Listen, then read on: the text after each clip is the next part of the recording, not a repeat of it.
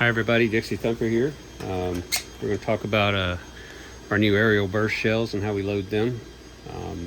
They're pretty much, all these shells are going to be loaded fairly much the same as far as the bottom base goes. Your base 209 primer. If the primer pocket's really tight and you can't knock it in with a dowel rod, I take a primer, stick it in here, put a wooden dowel, put it on a solid surface with like a piece of wood, and tap it with a hammer and it goes in. You got to give it a little more than a love tap to get it to go in. If it's really tight and it doesn't seem when it wants to go in, that's fine. You can go ahead and get buy yourself a 6mm drill bit. You can get them off Amazon. They're like $3 or $4. You can drill this out with a 6mm. Don't go any higher than that. 6.2mm is the width in metric, and the only reason I use metric is it's just easier with the tenths and everything. So for this I use metric. It's easier for a lot of people to visualize too. So anyway, 6mm, drill through, one little quick pass, pull it out, put your primer in there. You want it to still be tight, so then you can take your hammer with your wooden dowel rod that's flat, tap it down, put it on a piece of wood in case it does pop. Don't do it on your good floors. Don't do it on mom's good tablecloth or whatever, you know, or kitchen counter that you might damage it or whatever, because believe it or not, these 209 primers do have a lot. They're basically an explosive inside. There's not much in there, but if you have your finger or something over it, it could blow your finger off. Like if you had your finger inside here and you're messing with this and that primer went off and you had a primer in there, it'll blow the tip of your finger off easily. It's pretty damn powerful, so don't mess with it. Be safe, you know, make sure you have something underneath it. Tap that primer in. Once your primer's in, flip it over, then you're going to powder it. I use between 40 and 50 grains of 777. 777 has a little bit higher burn rate than the not higher burn rate, I'm sorry, it has a little more power, grain volume to volume against black powder or Pyrodex, like an equal amount volume wise. 40 grains of 777 is going to be equivalent to about 45 grains of Pyrodex and or black powder. So I use 777. It goes further and gives you a little more power. So anyway, all right, 40 to 50 grains in the cup. Make sure it's all in the cup. Tap it. This is after you prime. So prime first, powder second. Then you're going to take your card.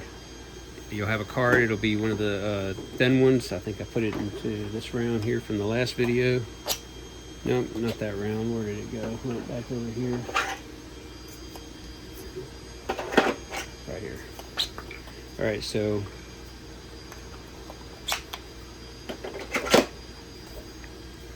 you're going to get one of these cereal box cards, really thin ones. Stick it on an awl or something, or a needle or whatever. Put a little hot glue bead all the way around it. It doesn't have to be like thick, just enough to hold it over. All this is going to do is keep this powder in place. And you're going to stick it down in there. When you get it down at the bottom, take your finger while you're holding it there, rub it around so that glue sticks to the bottom, then pull your awl out. You know, hold it while you pull your awl out. Then your powder's in place, okay? Once your powder is in place, you're done with this part. Set it aside, okay?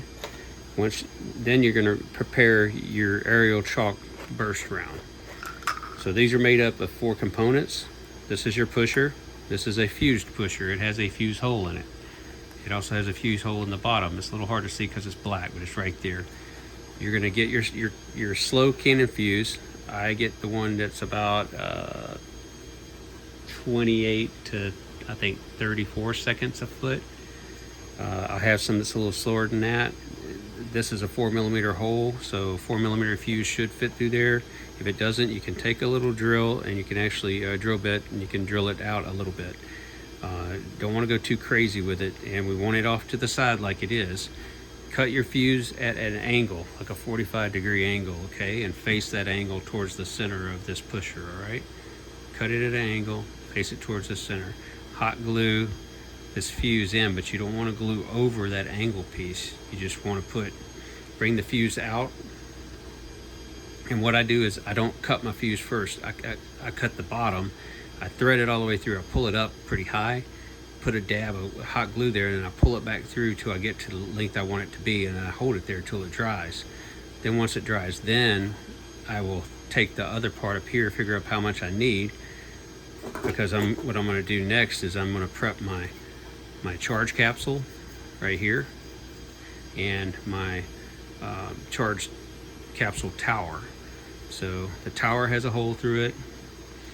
Charge capsule, obviously self-explanatory. The charge goes in there. So these are made to accept the maximum federal legal limit, which is 109 grains of powder for payload. You can, normally what I do is just put one 50 grain Pyrodex pellet in there. And once you get that in there, you're going to take that fuse, you're going to cut it where you're going to kind of measure about how much fuse you want to come up in here. You got to have fuse to reach your payload detonator right here, or your detonation charge. So I'd say cut the fuse off right about here, about a ½ inch above. Once it's cut off,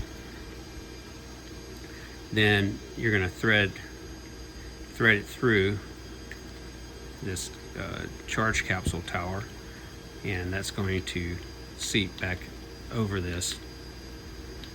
And then this one I'll have to heat up a little bit, because yeah, there it goes. Some of them you have to heat up just to get them to seat. And then you're going to have that fuse threaded through. Before you thread it through, actually, you're going to put some glue down here and hold it in place, but you don't want to cover the fuse. I would do that before you cut the fuse. And then thread this through, then cut it, and then assemble it. Screw this capsule all the way back down on top. Okay, so this one popped out. It was in there, wedged in there, so we're gonna put it back on there like that anyway. All right, so once you have that all done, this charge is in here, whatever you use, 50 to 100 grains. It's fused all the way to the back. It's glued in place. You want the glue to surround the fuse, but you don't want it to cover the fuse ends. Then you're gonna put this about half full of chalk, okay? This cone about half full of chalk, and you're gonna stick this in, and you're gonna have to kind of work it once you get it started. And you have to kind of tap it, and it'll go and it'll go, and eventually you'll get it all the way down, okay? Once it's all the way down and you have all your chalk in here full, and you'll figure out about how much you need to fill it up. I usually put about a little more than half, like maybe 4/6 of a measurement, I guess. It's kind of a weird, 3/5 maybe. Yeah, let's do 3/5. Let's say 3/5 full, okay? And we're just talking height, not volume, okay? Once it's all in there, then this is complete. This charge is complete. You have the bottom fused. Then you can go ahead and assemble this onto your base. So the way this works is like a regular firework. Your firing pin hits the 209 primer. Remington STS is what I prefer. That ignites your 777 black powder or whatever lift charge. This is your lift charge in here. The lift charge lifts the payload. Payload charge detonates. So lift charge, you pull the trigger, bam, ignites the primer. Primer ignites the lift charge. Lift charge pushes the payload out of the launcher. At the same time, it lights that fuse, that time fuse, slow cannon fuse. So as it's traveling, your fuse, if you have a 1-inch section of a fuse that burns roughly 36 seconds per foot, that gives you 3 seconds of time before it's going to reach that charge. So you'll launch it, pow, 1, 2, 3, boom. This is going to detonate and blow that chalk out for signal. So a daytime signal, chalk; nighttime signal, flares or firework type, stars. That's really all there is to it. So all of your fused rounds, including tube rounds, they're loaded the same exact way.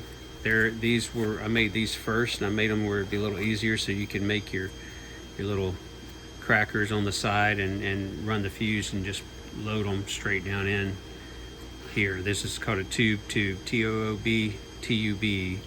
So tube is kind of, T-O-O-B is kind of slang term for 37, 40 millimeter launchers. It's like a big old tube, and it's just kind of internet slang. But that's all that is. they're loaded the same way, they perform the same way.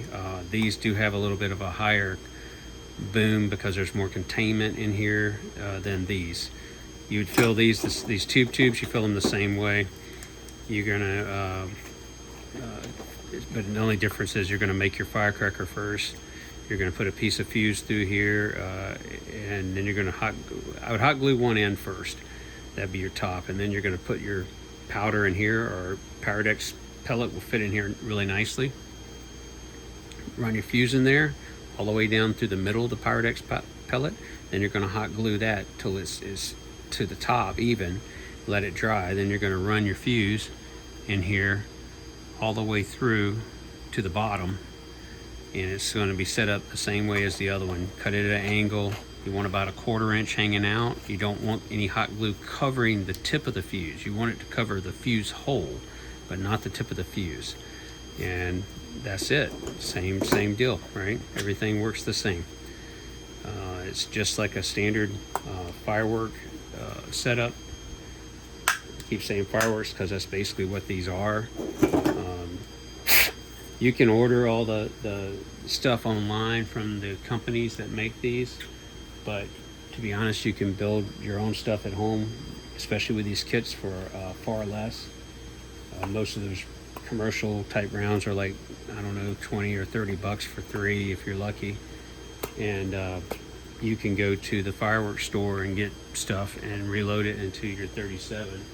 Once you're confident with your abilities, you can put them into 37s for much less. I think for the artillery rounds that I shot and load those in these shells, I custom make these shells for them. The artillery shells, I paid $8 for 6 of them. So that gives you an idea. I think we're loading this for $1.50 each or something like that. Now I print my own stuff, so this is another couple dollars, and then I got powder and everything else that goes in there. So that adds to the cost, but it's still way cheaper than going out and buying it. So roll your own. If you don't have a 3D printer, hey, I'm here for you. That's what I'm making these kits for. Is for you to be able to enjoy the hobby for a lot less than $25 a round or whatever the heck they're charging nowadays. Y'all be safe. If you have any questions, put them in the comments. I'll be happy to help you. Just keep in mind that 37 millimeters are not for anti-personnel use. They are flare and signaling devices only. They are legal to use with flares and smoke and bird. We used to say bird bombs. Technically, they don't like to use that term anymore. They call it wildlife control rounds. That's what you're using the fireworks for, is wildlife control. Basically, not for anti-personnel use. Okay. So none of the stuff that I make is for anti-personnel use. It's not intended for anti-personnel use. It's intended for hobby and enjoyment and signaling in the wild. So anyway, y'all have a good night, and I will catch y'all later.